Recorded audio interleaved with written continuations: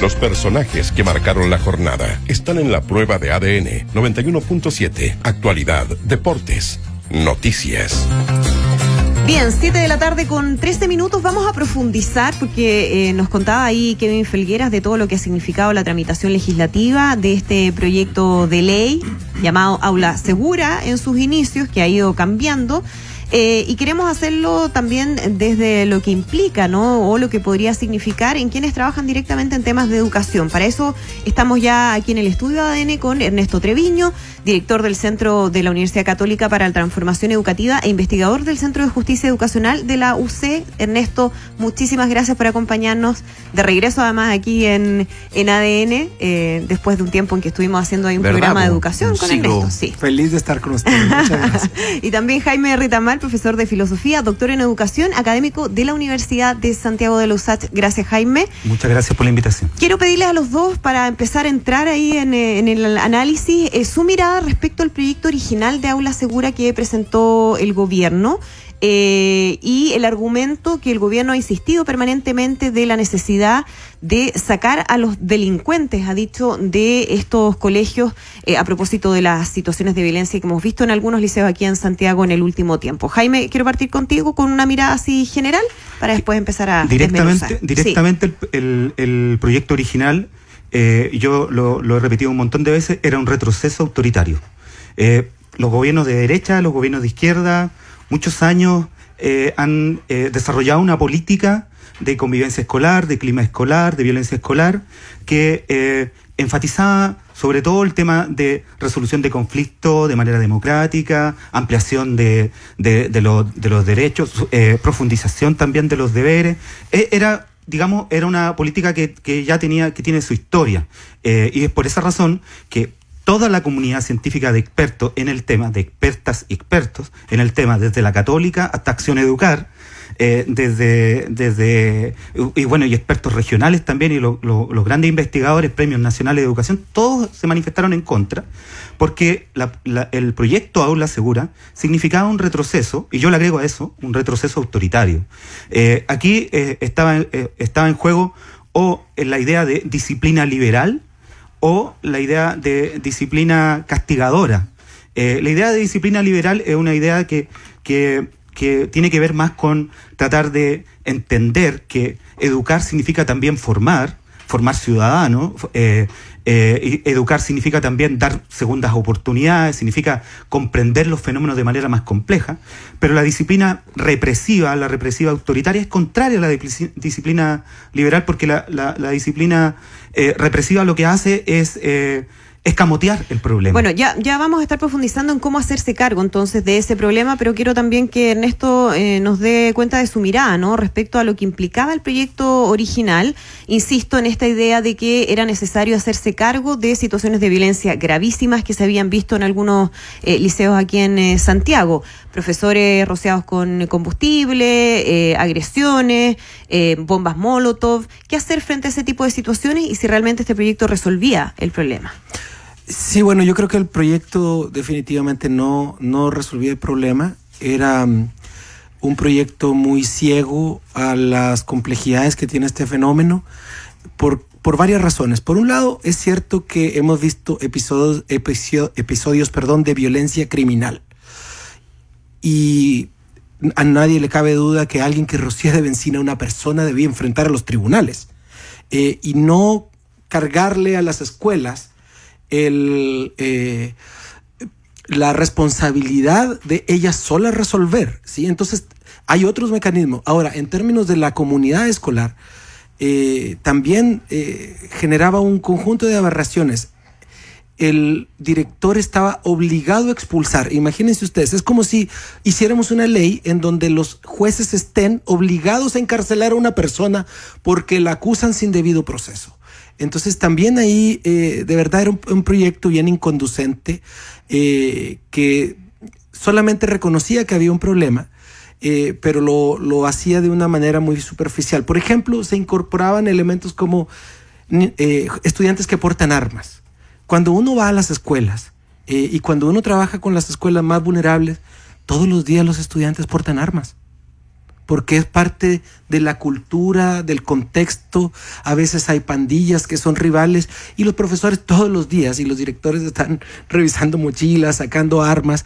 Tendríamos a un conjunto de estudiantes, en vez de tenerlos en las escuelas, los tendríamos en las calles, expulsados, sin un lugar a donde ir. Entonces realmente por algunos pocos episodios de violencia muy grave se hace una ley general que de verdad no atiende el fenómeno en toda su complejidad y la necesidad que tienen las escuelas. Sí, yo tengo preguntas para ambos en ese sentido. Hay una que se me viene a la mente a propósito de del concepto expulsión, que parece estar hoy día como ser como la moneda que está a punto de determinar si la oposición finalmente se cuadra o no con el proyecto, mejor dicho, si el gobierno finalmente acepta esta mezcla que va a haber al final entre los dos proyectos, que es aula segura y aula democrática. El concepto de expulsión parece satisfacer a cierta gente porque alguien paga. Y en cierto sentido el debido proceso está siendo un obstáculo para ciertos grupos que quieren ver sangre, por un lado malo, pero por otro lado el papá que quiere que a su hijo no le contaminen el cajón de manzana. El debido proceso es casi un lujo burgués, quiere una justicia popular rápida y que salga. Entonces el concepto de expulsión me parece interesante de analizar y me gustaría que ustedes lo vieran desde la lógica escolar, de sacar a la manzana podrida. Y segundo, que hubiera una reflexión también sobre políticamente cómo se jugó este partido.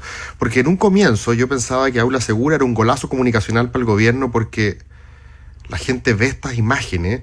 Hay una apelación emocional poderosa cuando más encima Alessandri, el alcalde de Santiago, las muestra, de que justamente esos cabros de moledera paguen, se salgan del colegio. Yo creo que muchos en las comunas de Santiago vieron eso y dijeron, vamos, Aula Segura.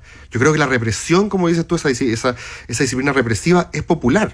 Hasta cierto punto. O sea, de hecho la encuesta, por lo menos la Academ que conocíamos donde se hacía esa pregunta, tenía un alto nivel de aprobación. Claro, entonces el gobierno decía por un lado, con esta gano.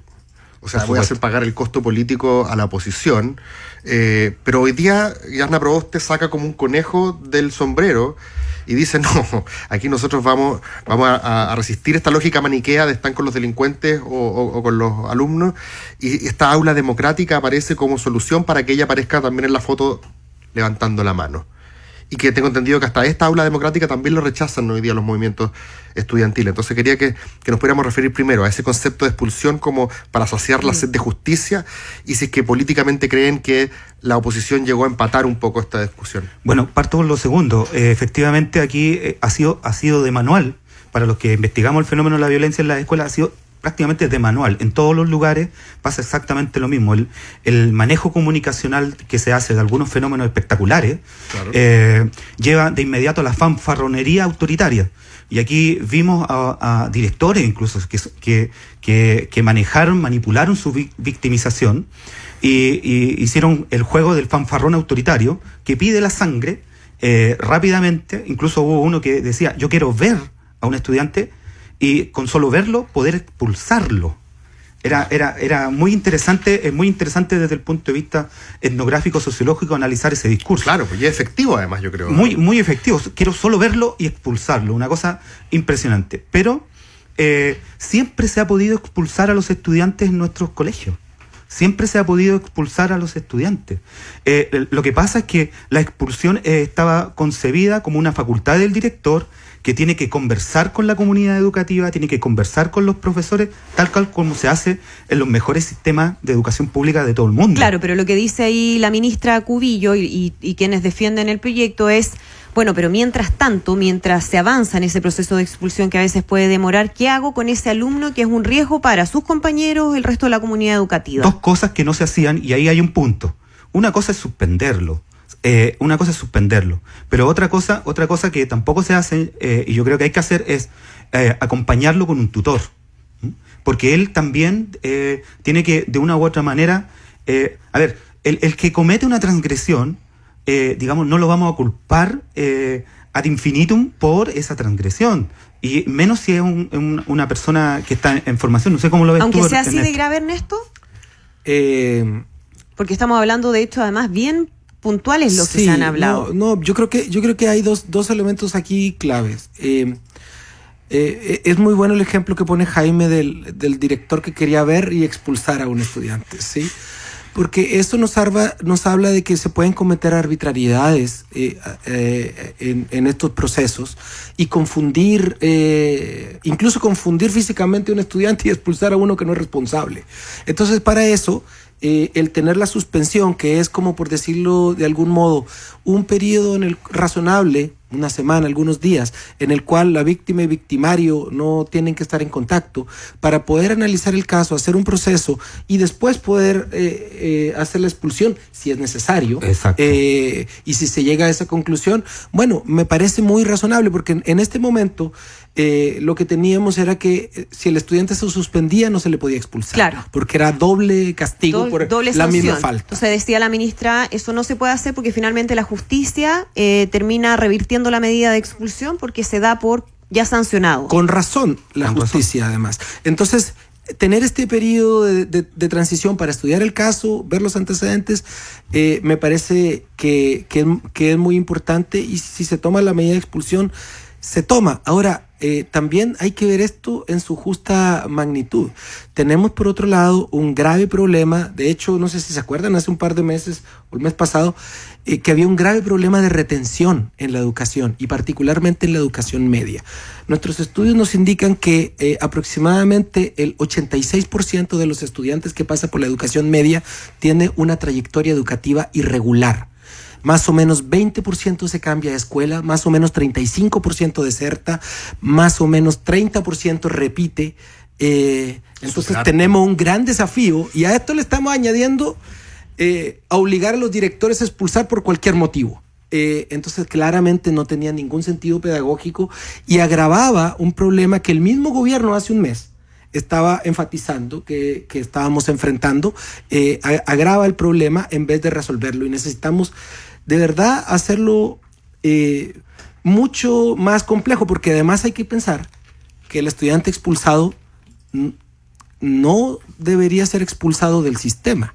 Es sacado de una escuela, sí, pues, pero tiene que haber otro establecimiento escolar, claro, que lo reciba. Claro, si pero, no estamos pero violando el derecho. Dice, eso está asegurado. Claro, ahora, los vamos a llevar a otros colegios. La delgada línea roja comunicacional te hace creer que porque dices eso, porque justificas eso, porque haces una hermenéutica del fenómeno, tú estás del lado de los energúmenos que tiran benzina a los profesores. Claro. Por ningún motivo. Pero es un éxito comunicacional cuando logras ponerlo así, ¿o no? Es un éxito, un exitazo. Exacto, cuando la persona en la casa dice, ¿cómo es la cosa? La derecha está a favor de la seguridad y de que mi hijo pueda estudiar, y la izquierda, si los defiende, si vota en contra, apoya a los delincuentes. Si es que eso se instalaba, yo creía que esta era carrera más o menos corrida para el gobierno. Claro, pero eso desde el punto de vista de... y ahí uno piensa cuál es el real objetivo del proyecto. Si es generar ese efecto comunicacional y por lo tanto tengo más respaldo político, o precisamente contribuir al desarrollo pedagógico educativo. Soy más cínico y más realista, yo creo que en la política, y también, sí, pues política, también creo que doctrinariamente muchos de la derecha, y quizás legítimamente que podrían defenderlo si los tuviéramos, creen que a veces el debido proceso es un lujo, y que a veces hay que... Claro, esa es una visión esencialmente autoritaria. Sí. Eso existe. Es autoritarismo, pero también están de moda personajes como Bolsonaro, como Donald Trump, como estos personajes, como este populismo que también es súper rentable electoralmente. Es muy rentable electoralmente. Claro, mira, ese fenómeno yo creo que se ha reflejado un poco en esta discusión, porque lo que estamos viendo que ocurre, que se ha politizado el debate, súper normal, pues estamos en el Parlamento, que se ha manejado comunicacionalmente el debate, súper normal, porque eso también es parte de la política. El tema está en los acentos, en los tonos, y esto ha sido exagerado, tal vez respondiendo un poco y pensando en los créditos que yo puedo obtener, en el rédito que puedo obtener con este manejo, digamos. Sí. Y eso, esta manera de llevar el debate ha afectado a la médula del proyecto. Por supuesto, que estuvo muy trabado al principio. Ahora está siendo muy dinámico y apurado. A las 10 de la noche empieza hasta total despacho la última sesión. O sea, ¿qué va a salir de ahí? No lo sabemos. Ahí te vaya a la cocina. Claro. Ahí hay muchas muñecas. Si te acordás de la retórica anterior, en el gobierno de Bachelet, ¿se acuerdan que fue como medio polémico cuando el spot del gobierno habló de los poderosos de siempre? Sí, llegó a Contraloría. Crispó tanto los ánimos que la cuestión terminó resolviéndose en la casa de uno, un poco lejos del fervor. Ahora, Ernesto, Jaime, claro, mira, yo creo que hay más o menos coincidencia de cuáles son las falencias del proyecto. hay más o menos una visión consensuada de cómo se ha manejado políticamente y comunicacionalmente, pero yo quiero, más que centrarnos ahora en la solución de este problema, en el problema en sí. O sea, algo está pasando que estamos viendo que no sabemos leer, no sabemos ni quiénes son, qué está pasando, y ustedes que están preocupados del fenómeno, no sé cómo lo leen, porque yo por lo menos no lo puedo leer así con mucha claridad. Claro, o sea, tú ves al encapuchado y tú te haces la pregunta, ¿esto es violencia escolar? Parece que no es violencia escolar. ¿Esto es violencia política? Parece que es violencia política, pero ¿de qué tipo? Si no estamos en dictadura, no hay un tirano contra el cual ejercer violencia. Y las demandas son confusas, no está claro, no es como que peguen las tesis de Wittgenstein como que afuera de la USACH diciendo esto es lo que queremos. Es súper raro. ¿Cómo interpretarlo en esto? Sí, no, mire, yo creo que estamos confundiendo dos fenómenos. Yo creo que estamos confundiendo un fenómeno de violencia escolar, de proliferación de las armas también. Eso es muy, muy importante. Junto con estos otros, que eso no es tan organizado, ¿sí? Y junto a eso tenemos algunos grupos, porque esto también hay que acotarlo. ¿En cuántos colegios ha ocurrido esto en el país? Estas imágenes de amenazando profesores. Menos de 10. En menos de 10. Tenemos 3.000 de media, ¿sí? Entonces es algo súper acotado. Probablemente ahí ustedes que están más en los medios de comunicación y en la política pueden tener más hipótesis de las características medio anárquicas de estos grupos, porque no hay demanda, no está claro cuál es la orientación. Yo no sé, por eso yo no veo anarquismo, pero sí veo una estética, veo una mise en scène. Veo una organización, veo... Y un modo de operar. Cuando aparecen estos vestidos de overol, hay una operación, una táctica. Un modo de operar. Y también lo que veo es la ausencia total de destrezas, capacidades y habilidades de las escuelas, de los directores, de los inspectores, de los asistentes de educación para manejar el tema. Pero ahí volvemos, perdón Jaime, ahí volvemos al inicio del argumento del gobierno, que los colegios en estos momentos no tienen las herramientas para hacerse cargo de esta situación. Si el inspector le obliga a la asistente de la educación, anda a cerrar el colegio, ponle el candado, mientras están los capuchas ahí con la expone a esta asistente de la educación y la victimiza de una manera brutal, la vimos en la televisión. Pero el inspector, ¿cómo puede dar esa orden de digamos, cerrar la olla a presión? ¿Te fijas? Sí. También ahí hay un tema. Y nosotros hemos investigado con investigadores de la Católica y de la Universidad de Concepción si los profesores, los futuros profes, tienen habilidades moral democráticas para resolver problemas y conflictos. Mira, comenzamos el programa... La respuesta es no. Comenzamos el programa dando cuenta de un tiroteo que hubo en un jardín infantil y el asombro cómo las tías manejaron esta situación. Con aplomo, con control, con calma, y lograron controlar una situación que es muy, muy peligrosa. Y aquí parece que hay ausencia.